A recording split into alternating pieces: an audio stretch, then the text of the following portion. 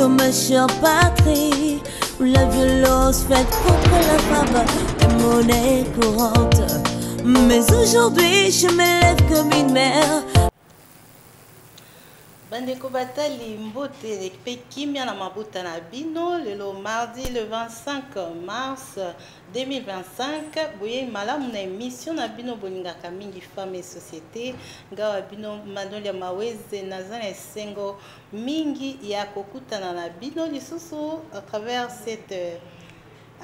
cette émission. Donc voilà, naza nga mon côté ndenge boyebi bomo mesano naza na ba invité nanga comme d'habitude, mais avant de présenter bino bango nazongeli lisusu ko pesa bino thème to pesi na biso ya émission ya lelo na episaki bino l'autre fois to tikali kara na thème moko pendant tout au long ya mois de mars oyo to commémoraka Journée internationale de droits des femmes le 8 mars.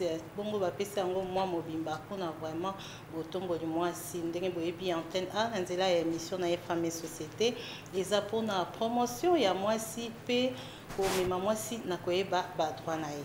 Toza na thème na biso oya monene oya simbaki moi o mobimba ezali le femme d'hier et celle d'aujourd'hui et puis ba sous thème na biso tozo sala ba thème oyo ba pesaki pona année oyo na 8 mars thème oyo bimaki ezaki international eza bongo pour toutes les femmes et les filles droit égalité et autonomisation.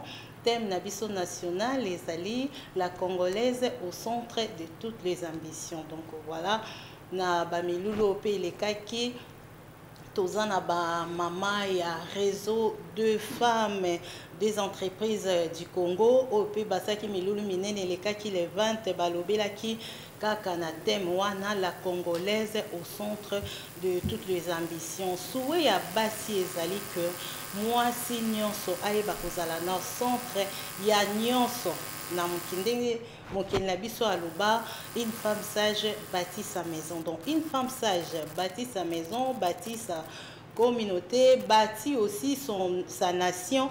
Moi si aza kotonga partout oyo azali ko se retrouver yango wana eza important. Moi si azala au centre ya nyonso pona développement ya mboka.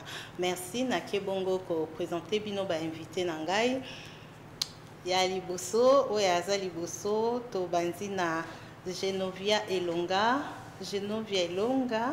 ou Elonga donc parce que de l'autre côté ezaraba Elonga donc ah la biso na bande na biso ngambo on va binga mingi Elonga na biso eza Elonga kaka Genovia Elonga bonjour.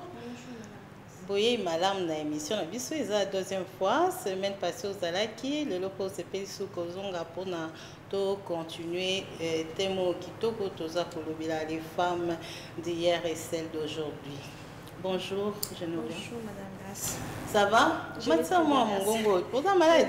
Qu'est-ce qui ne va pas? Je vais très bien, merci. Ah, oui, merci. Nandengo répondre na mbela na biso, hein? Na tondo mingi.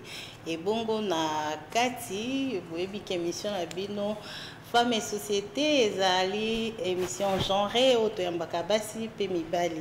Donc na kati tozana Messi Warem Makashi en politique. Bonjour Monsieur Warem. Bonjour Manolia, bonjour Banungami, bonjour en direct à Antenne A, l'émission Oyo Femmes et Société. Ah, merci pour la temps, ba casquette nous soigner ça bien. Merci beaucoup. Nazali politologue de formation, Nazali président de l'association EBL, notamment mais c'est le pouvoir change. Merci beaucoup. Thank you. Vraiment m'attendre pour répondre Nambela na biso pe na suka na sukisi. Na Abigaël Lelonga. Bonjour Abigaël. Bonjour. Vous allez bien? Je vais très bien. En tout cas, merci. Nandingo répondre na mbela na biso. Ce que vous se présenter, Madame Lissousou Bandeko Bazolanda. Merci. Nga kombo na Abigaël Lelonga, naza étudiante en année terminale na Académie des Beaux-Arts, mais aussi je gère une petite entreprise nommée Kimia Corporate. Très bien. Merci beaucoup. Déjà, la Congolaise au centre de toutes les ambitions et surtout l'autonomisation, c'est important.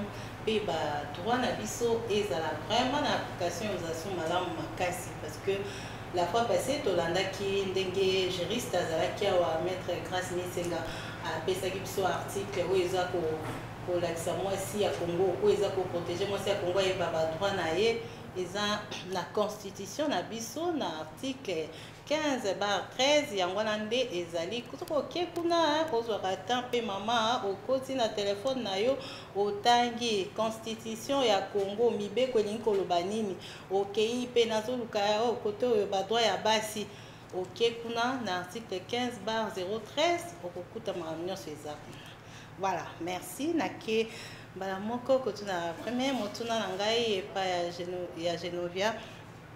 La fois passée, tolobelaki les femmes, tout ça qui comparaison entre les femmes d'hier et celles d'aujourd'hui.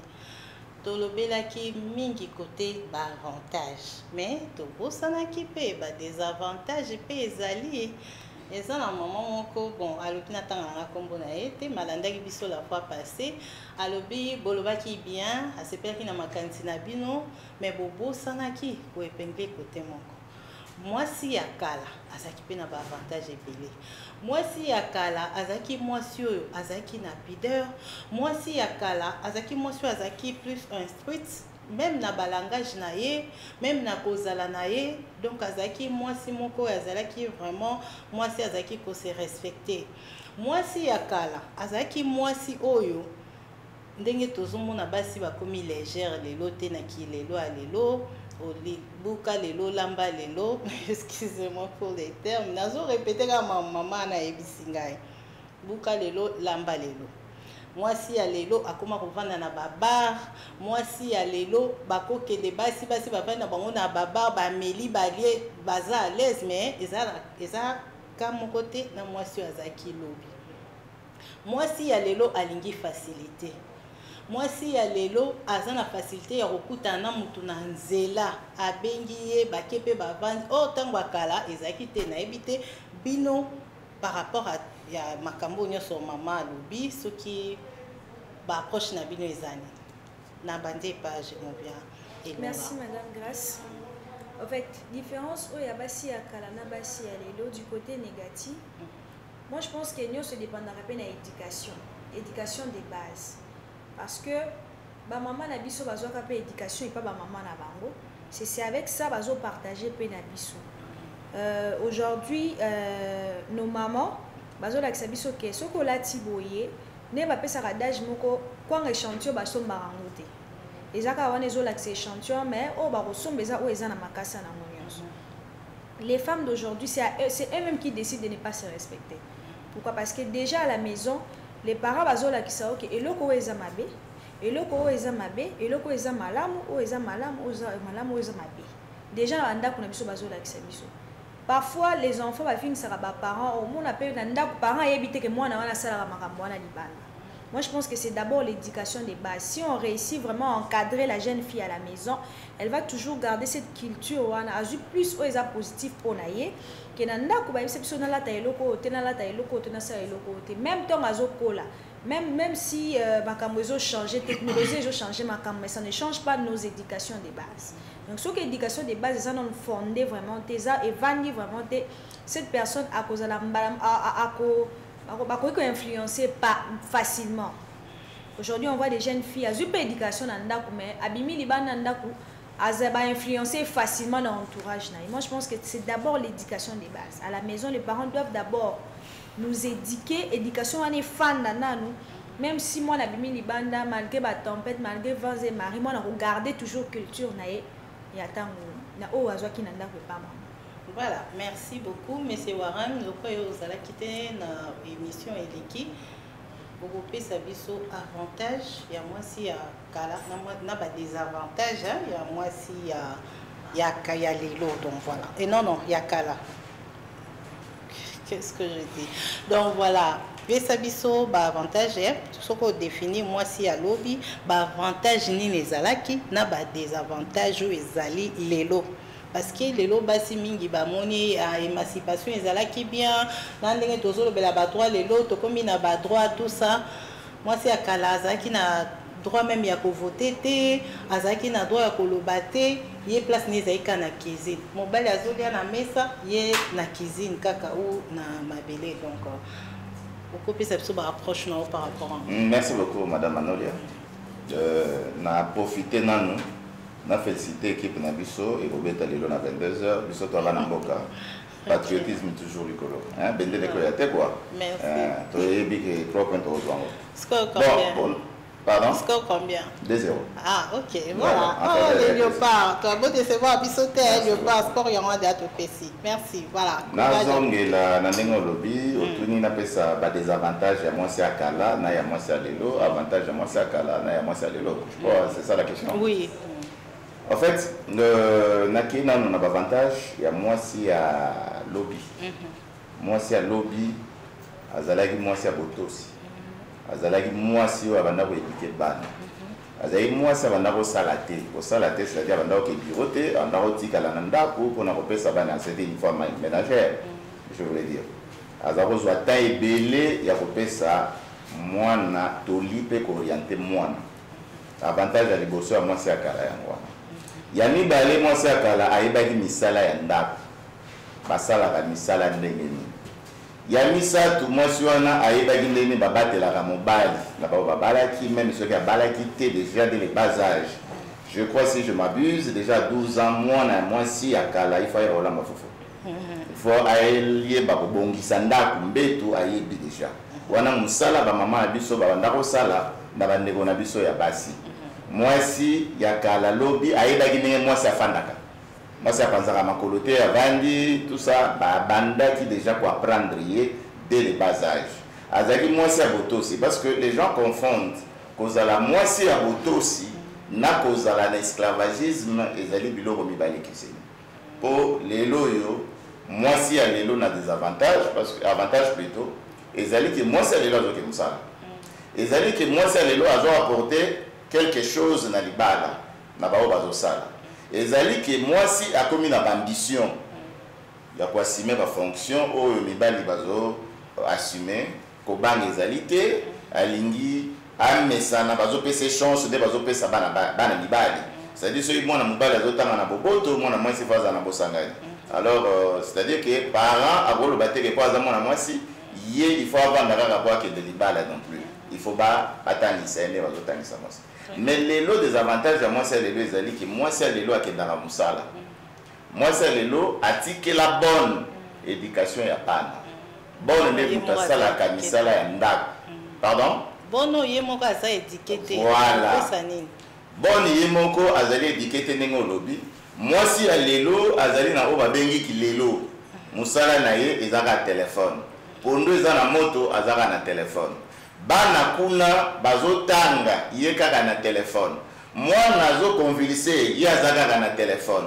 mwana mutu pasi ayebi te ifo apesa ekisi nini il faut asoccuper na mwana ndenge nini des avantages mosusu oti koevoke yango na kala mwasi mpo alongwa akende kovanda ndenge bozali awa bamama misato bakuta bino kaka bino misato bovandi na bar ezalaki eloko asoni mais lelo mwasi azokende bar alobi wana eza makambo ya kala eza éducation ya bato ya kala alors ngai mutu mosusu nazopesa charge mingi eza l'état l'état aza démissionnaire na bainstruction na oyo etali makoki na ye oyo akoki koorienter société parce que communauté soki ezali encadré te ezopesa production ya mabe c'est-à-dire que tozoreproduire les mauvais comportements oyo ezonuire na comportement ou na ezobebisa société parce que lobi bana toboti bakozala na éducation ya malamu te bakozala basi oyo tozozelela te oyo baboti na biso bazalaki te parce que na kala soki batindi mwasi na libala para banda kosatendre te ke mwasi wana akokende kolongwa na libala amona bolamu amona mabe akozala kaka na kati ya libala azozela parce que andimaki responsabilité balise kutu bayemba baloba libala ezali eloko oyo basalaka na maseki te soki olie otondi te komeka te c'est-à-dire que na mobali na mwasi libala ezalaka eloko ya maseki te eza eloko moko ya kilo na kala ezalaki eloko mosusu boyobenga lelo des avantages ya lelo yake mabala ya cope parce que na kala basi mingi babanda kobala nde na cope cope ezali barelation C'est-à-dire que... commission de Bando Bengango. Pardon? Bando Bengango m'a la commission. Voilà, mais les lopes, la commission des élites. Ce qui est poto, on a la commission, on est bien. Mais ce qui est ça, ça n'a pas été dans la fois bala, pour la nine, yo le kelang mais il y a poto de bolingi fiona. Alors vous allez voir que moi si à Kala, Azaki, moi je dirais moi c'est pas nous.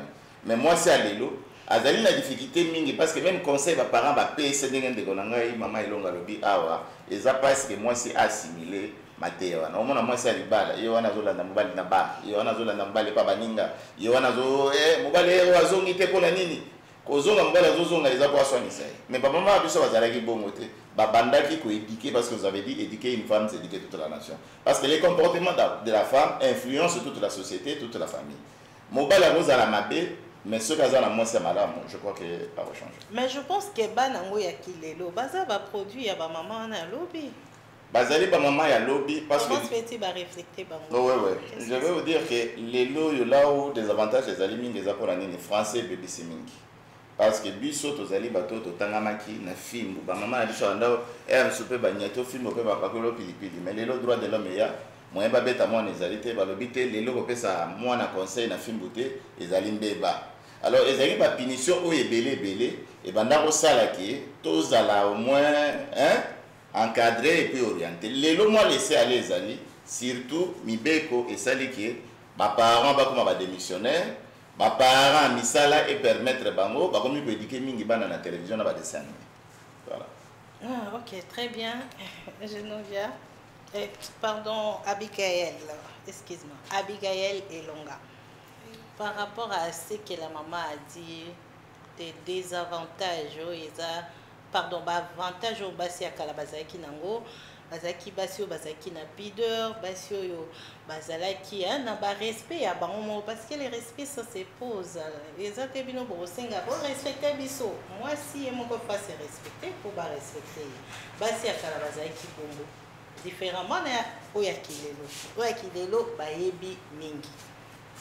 Yakilelo aza à l'aise ok vanda yemo na bar yakilelo akutani na mutu na nzela on va prendre un verre bakena na bango pas à l'aise makamnyo so pe ko sala makam kolwana yo en tant que jeune fille ba approche na yo ezani par rapport à tout ça ba comportement ya bongo. Merci maman Grâce. Pour Nao maman Lobby, bon, elle a vraiment raison parce que moi si à Lobby c'était une femme qui se respectait d'abord, qui avait le respect de soi, même le style vestimentaire. Donc, elle savait couvrir son corps. Par rapport à moi, si elle est le comme ceux qui moutent, azola ta décemment, donc elle est villageoise, elle est habitée. Or que c'était des valeurs et à lobby. Moi, si elle lobby, et même dans son langage, on sentait le respect. Moi, si elle est un peu plus vulgaire, même dans ce qu'elle dit. Elle ne sait pas ce qu'elle sort, où elle sort et quand. Mais moi, si à lobby, même quand on regarde ma vidéo de Tala Kawana, tu sens que moi, si à lobby, il y a quand même une certaine finesse na malobanaye. Tu ne sens pas trop de langage terre à terre. Mais aussi, concernant le respect de l'autre. Moi, si à lobby, elle était un peu plus polie que la femme d'aujourd'hui. Il y a les lots à coma donc... monétise au baromone la ngana sans soana mais moi c'est le genre ceux qui n'a mais la oui mais la femme d'hier moi c'est à lobby elle savait au moins le respect de l'autre. Moi j'ai eu à échanger avec ma grand-mère qui nous a déjà quittés concernant kaka ba valeur azota isabiso na kala ndenge ezala po ya kola na mboka. Mais na kala ndenge ezalaka na ndenge lelo ba opesa biso pe ba avantage abi lelo penza mokili yango ezaka bien te mokili beba na kala ezalaki ke mwana mwasi papa zoloba boye mwana mwasi faut kitisa ngongo kwa nini ayebi valeur ayebi respect. Mais à lelo bana lelo comme le papa l'a dit moi français wana ekomi pe non moi aussi non papa zoloba ye pas zo matisa. Très bien, merci. Mais comment est-ce qu'avant tout, quand la parenthèse, vraiment dans thème ya 8 mars, comment tu peux soigner yango parce que eza image ya moi si ya Congo, ba valeur wana eza lisusu te. tokoki kochange ngo ndenge nini wana question epa na yo Genovia Elonga. Ok. Bon, Madame Grassi, je vous dirais que il faut qu'on ait moi 6 fois mi. Parce qu'on ne peut pas être toujours là derrière vous, bien derrière toi, ça il faut qu'on ait mi. On met pas principe et pas une non. Et donc moi je suis assez respectable. Donc peut-être pour ça la OOT, pour ça la OOT, pour ça la OOT, pour nous garder dignité, pour nous garder notre respect, parce que la personne soit comme yebi, aussi quand même pas n'importe qui a sa carrière. Aujourd'hui les hommes abusent, azana facilité au lobana moi si va être langage na besoin on voit des jeunes filles azana 20 ans mais tu sens que les hommes la respectent parce qu'elle a imposé image wana ya respect. Non parce qu'elle a beaucoup d'argent, non parce qu'elle vient d'une famille, je ne sais pas comment, c'est juste que sur la voir comme ça, elle impose le respect. Vous voyez, une femme doit d'abord imposer le respect autour d'elle.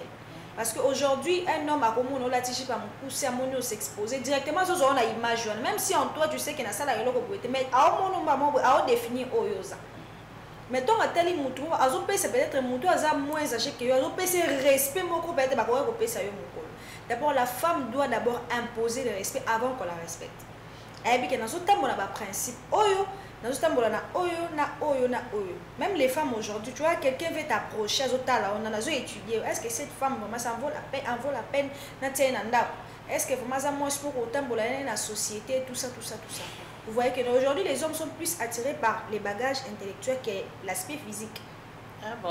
Oui. Mais beaucoup de femmes se battent, ça la BBL, bongisa libanda, c'est pas ça? Moi, il y a quelqu'un m'a dit, je l'ai dit, les hommes, si vous ne savez pas, les hommes sont toujours attirés par les bagages. Parce qu'un homme voit ce que ça va produire après 5 ans dans sa maison. Il épouse la beauté. Après la beauté, ça vient quoi? Mais une femme, peut-être, elle est juste simple, mais tu sens qu'elle dégage bagage moins intellectuel. Tu vois, elle n'a pas la bonne avenir. Les hommes, aujourd'hui, les hommes sont comme ça. C'est pas parce que tu as mingi. C'est pas parce que vous avez c'est juste que ce que tu dégages, bagage intellectuel. C'est ça vraiment la vraie qualité qui peut attirer un homme. Très bien. Merci beaucoup. Et M. Warem, toujours la même question. Comment on peut remédier tout l'ongolana nous? Parce que les images il y a un cannabis. Moi, ici, j'ai un matisaka école mais les lots qui est commis renversé. Et ça peut pas si mon comportement sur le réseau. Le monde est comme un temps réel, ma comme monde entier, juste pour la poste mon cas pour poster. Alors. Merci beaucoup. Moi je dis souvent que moi si généralement moi parce que émission pour le femme et société, les émissions il y a matéria. Moi si il faut afanda. Alanda tango pasaka batana na ba Facebook na ba WhatsApp aloko type moi conseil na ye o ko permettre ye po za canal moko lelo bakoko bazalité o bako bandisaka bino basi na bandako ba pesa bino batoli mais ba émission oyo tozo pesa mateya ezali déjà canal ya liboso kona mwasi ayebake mokili ezokende na bokufa et comment akoki ko se comporter to tu ko lobango. Moi si il faut amiper sa valeur. N'oubliez pas que tous allez na culture où il y a biso bantu, surtout congolais que nous sommes, tous allez na éducation où il y a biso ya bantu. Mettant le mixage et côté ma culture, les autres ça là qui est s'habito yo. Hein? Au moins déjà me dit que non, wana mambakala.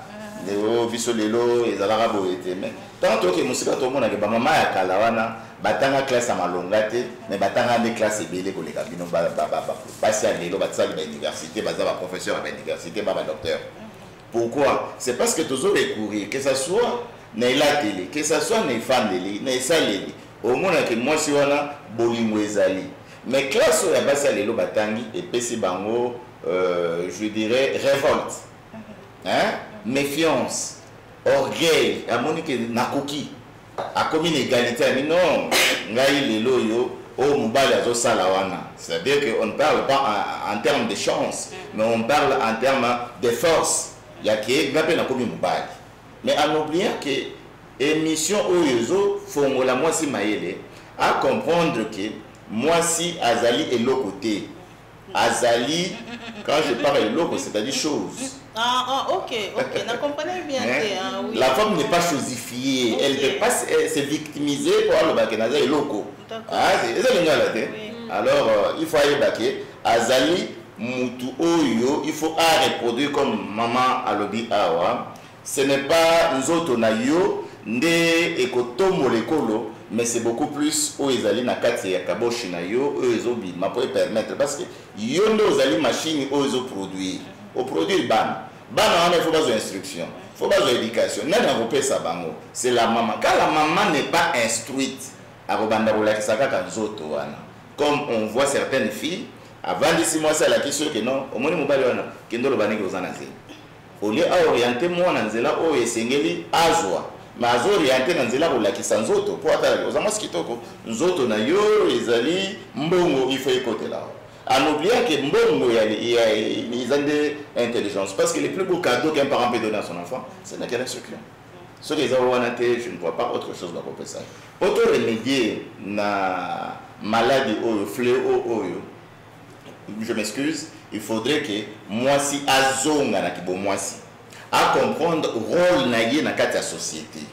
Azali mobilité azali moi si. Nzamba kelaye po azala moi si. Bakelaye te Bible peut le dire que ozali être semblable. Tu n'es pas esclave. Osez le côté. Hein? Comme je disais, peut-être le côté du voilà, tu n'es pas un objet sexuel. Voilà, on a instrumenté, mais pourtant, tu as quelque chose à donner. Tu es importante au sein de la société. Batala lelo qui non lobby ezalaki, ba monument c'est à boti basi basi, ezali pour la nini perte. Na bota bana ni bali ba kosunga ngai. Mais aujourd'hui, on a compris que ce qu'on peut, c'est moi, c'est chance. Aux autres, c'est un mobile. C'est ça l'égalité des chances que l'on donne. Les mêmes conditions que tu offres aux hommes, c'est les mêmes conditions que tu offres aux femmes. Je crois que production est aux ala n'engagement. Mais ceux qui, les lots au 20 ans, nous avons permettre d'accéder à la fonction, c'est là où on ne peut pas parler d'égalité des chances. Merci beaucoup, Geneviève. Pardon, Abigail, nazozongela yo, tozwa élément ya Madame Justine Ngomba.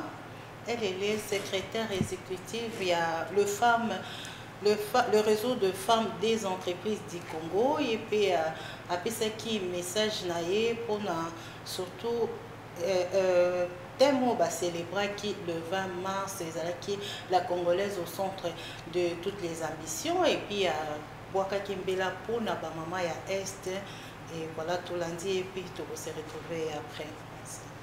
Et bonjour. Pourriez-vous vous présenter? D'accord. Madame Justine Ngomba, secrétaire exécutif du REFEC. En même temps, point focal REFEC à la Banque centrale du Congo, présidente de l'association des femmes de la Banque centrale du Congo, AFEBACO en sigle. Nous sommes venus aujourd'hui pour célébrer la femme de l'entreprise, à l'instar des activités du 8 mars. Le REFEC organise chaque année une journée pour la femme de l'entreprise. Nous sommes des entreprises publiques, para-étatiques, les sociétés commerciales et tant d'autres. Alors, notre impression aujourd'hui, c'est d'abord la joie et aussi une interpellation quotidienne du rôle de la femme dans la société. En ce temps-ci où la situation sécuritaire de notre pays est connue de tout un chacun, nous sommes venus aussi en solidarité avec cette femme de l'Est de notre pays qui est victime des violences par rapport à cette guerre nous imposée injustement. Et c'est de cette façon-là que la femme de l'entreprise, en dépit de ses charges d'entreprise, vient en solidarité avec cette femme répondre à cette invitation et célébrer même la femme de l'entreprise de l'Est qui n'est pas avec nous aujourd'hui mais qui est dans nos cœurs. Et vous avez vu vous-même comment nous avons fait cette collecte-là des fonds que nous avons remis au ministère de Jean qui nous gère, et tout cela pour accompagner notre président dans cette lutte. Hein, comme lui-même est le chef de la masculinité positive, nous sommes venus en tout cas enfoncer le clou pour que la femme se réveille, pour que la femme mérite, pour qu'il y ait égalité des sexes et des chances dans nos entreprises. Voilà. Merci beaucoup, madame. C'est avec beaucoup d'amertume, beaucoup de tristesse, désolation que je dis encore une fois Maman Téléma. Quand je dis maman réveille-toi, c'est-à-dire chaque femme, chaque jour doit faire quelque chose pour ce pays. C'est-à-dire Boukama Bolongo Nase, pour la RDC, pour l'entreprise nayo, pour la Libota nayo, pour la Bananayo, pour la Mokil. Merci. Je vous en prie. Merci. Voilà, Madame Justine Ngomba, présidente de l'association Banque Centrale du Congo, puis secrétaire exécutive il y a un réseau de femmes des entreprises du Congo. Et là, nous pensons à Madame Akash Berthe. Bravo maman, dans la réalisation, puis bon courage, en tout cas bonne continuité. Dans l'autre charge aux Anango, Nzamba Pese Makasi, merci. Tokoti Sikona, la Congolaise au centre de toutes les ambitions. Na Zungeli Abigail. Na évité par rapport au Balubaki, au Bakissa ou bien. Parce que je pense qu'ils ont tout dit. Oui, oui. En tout cas, ils ont vraiment tout dit. Mais s'il y a une chose, on a beaucoup Bakissa, comme l'a dit maman Genovia, la femme doit savoir que Nenge Ozo Mim Lakissa, et ça Nenge Banzo là. C'est-à-dire que sur Ozo Mim Lakissa terre à terre, on te prendra comme ça. Si tu ne te respectes pas, c'est comme ça qu'on te prendra. Ceux qui ont eu valeur na yote, ba Ozo Karabon. Et la femme d'hier, par exemple, qui valeur na ye, elle savait se respecter. Moi, si elle est là pour nous conscientiser, il faut nous réaliser, comme papa l'a dit, amiller banane. Parce qu'on peut beau conseiller quelqu'un, donc il peut conscientiser, l'association, donc conscientiser la femme d'aujourd'hui et tout. Mais ce qui est moko et qu'elle ne prend pas conscience qu'elle doit se donner de la valeur et vous avez la peine perdue. Il y a un maman éduqué, bien, mais or que les mamans se donnent, par contre, il y a Très bien, merci. Awa Tomoni Balobeli, thème Nabiso national, les alliés, la Congolaise au centre de toutes les ambitions. Mais Tomoni Penangambwa Est, conflit à la guerre, Mingi wana bato bazara victime, ezalaka bana na basi.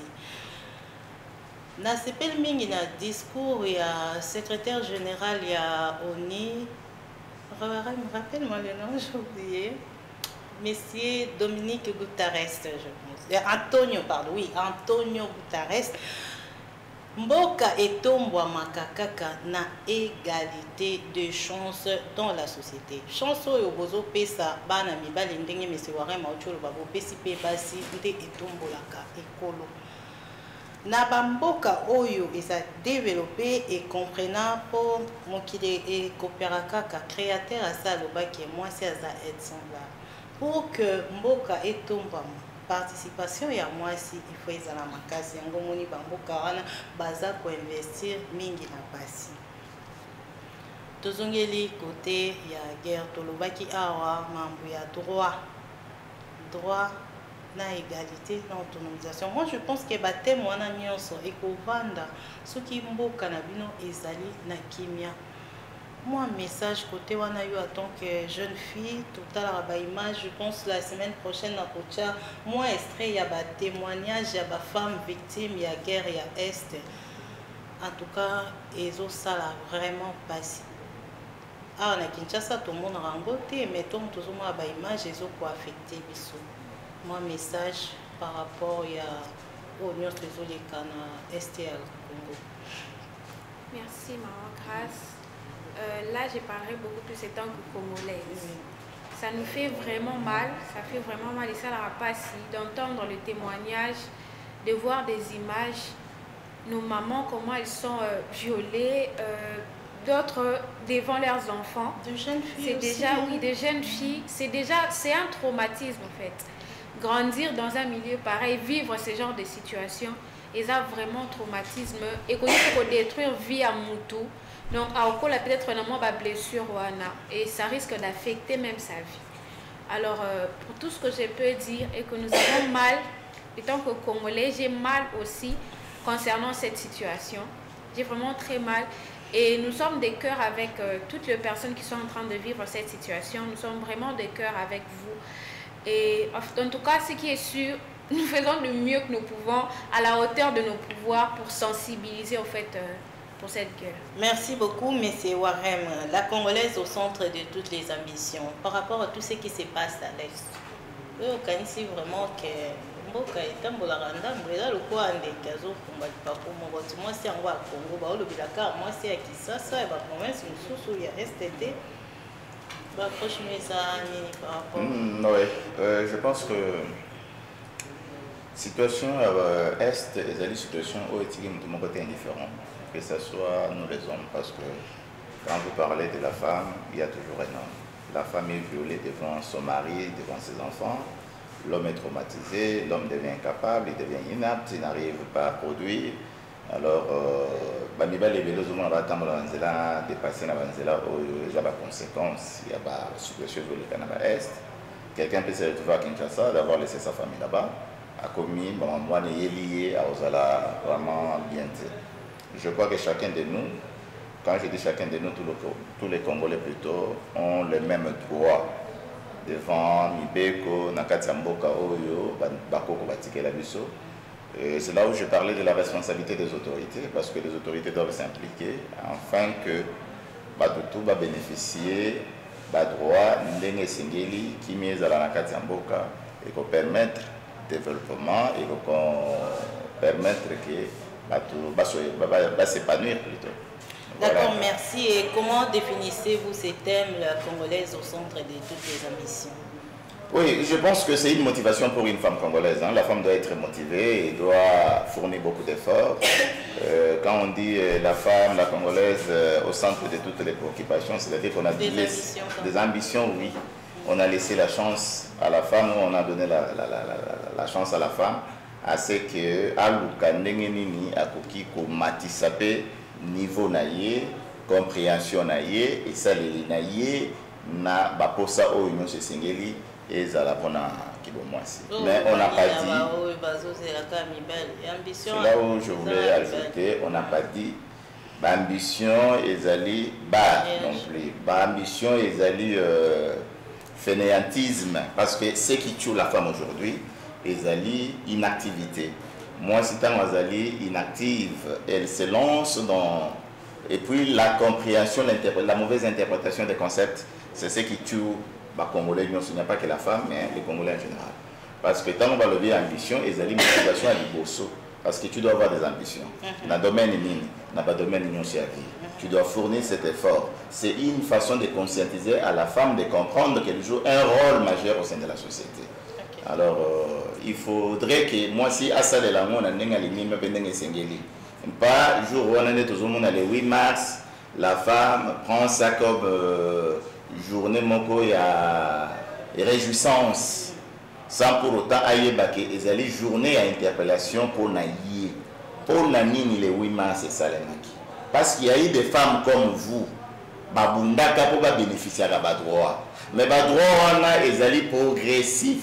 Et ça va droit mon côté et sous qui déjà beaucoup non et ça li effort ya fournir baninga bazwa qui parler à liboso ozo pe ani balé ba bazo ya ba matisa mais vous maintenant ezali olatili pour ta ba moment dans la boîte de nuit ba mon na baba c'est ça c'est qui vous plaise et pourtant il faut pouvoir d'abord le mais basi wana eloko ni motiva ki bango bazaki basi andengeni baleki biso na nini qu'est-ce que nous pouvons faire ndenge na yoke qui je crois c'est madame ici qui a dit dans les pays Missous, Norvège, Suède, vous allez voir, les pays scandinaves et puis je crois anglophones, vous allez voir que moi si Azali Makasi pe Azali Kosala Musala Nenge et Sengeli Asala. Là-bas, on a besoin au Lingui, aux Ali, tu es capable de quoi? Pas chez nous, aux Ali Nagante. Et pas là-bas, au Lingui, au Pessani, ou bien tu es à mesure de faire quoi?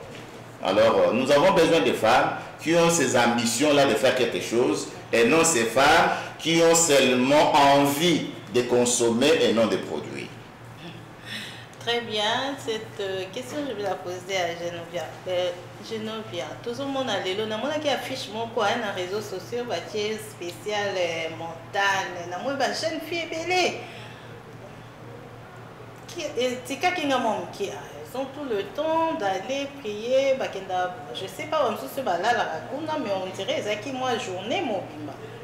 Ah, puis le biso la congolaise au centre de toutes les ambitions. Tomoni pe mangomba kotoyo ba mangomba musuba banda ko sambetisa ba jeune fille di lundi au lundi tani nyango jeune fille yango aozala na au centre nanga zoabi na yo par rapport à Merci maman Grâce. Sur ces points, j'aimerais juste dire qu'est-ce qu'ils ont pas eu tolo ba malamu na kokyo le baboye que si nous doutons que ça, ce qui est sûr, parce que nous aussi nous vivons par la grâce, nous vivons aussi par la prière. Mais si mais toi aussi tu veux prier, certes. Au la semaine, lundi, mardi, mercredi, jeudi, vendredi, samedi, aux autres samedi. Ce qu'on a dit dimanche, on va télé, ça va bien pour la dîme ou bien couper ça, moi, ni mon église, yo zala na mokate. À quoi bon?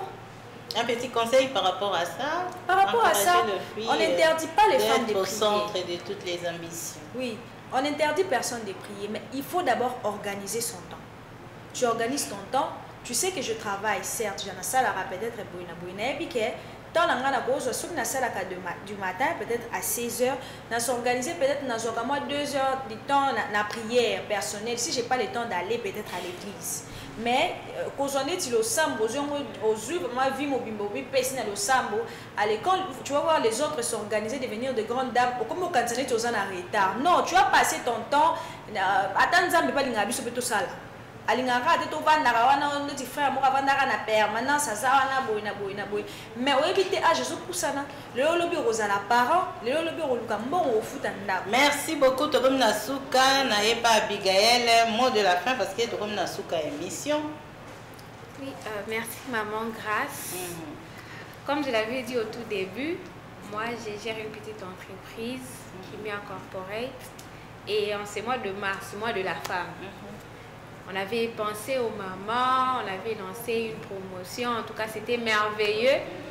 Nous étions en train de faire des surprises et tout. Et comme nous aimons beaucoup Maman Grâce, c'est parmi les mamans qui nous font du bien.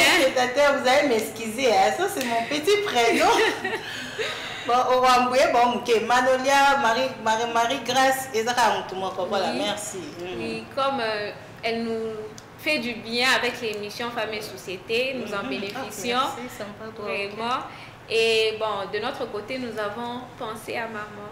Nous avons dit que nous avons une surprise pour elle. Oh là là. Voici le cadeau de Maman Grâce. Moi, j'aime pas des surprises, hein, ça me fait pleurer. Waouh! Oh, ça c'est moi, Femmes et Société. Les pannes. Waouh! Et ça, la cabine, ça m'a mis ça. Natala, moi j'aime des surprises, merci beaucoup. Ça c'est les tissus soie. Ça c'est moi. Oh, merci beaucoup. Et ça c'est une Rolex. Oh, voilà, merci. En tout cas, merci beaucoup. Kimia Corporel, plein succès à vous. Merci beaucoup pour les cadeaux, ça me va droit au cœur. Merci, merci, merci. Et encore merci à toute l'équipe. Merci, M. Warem. Merci Genovia, M. Warem, Léo Basuka, Madame Beauté. Oui. On appelle moi si la beauté comme on appelle ça, la mort de la femme, maman, je vais tout ça. Il faut ça les surprises, maman, félicitations. On a besoin de ce genre de femmes, l'initiative à bouger. Vraiment, c'est comme ça qu'on dit que. Quel âge? Les ambitions. 24 ans, la Congolaise au centre de toutes les ambitions. Moi aussi, Bobo a repris sa âge.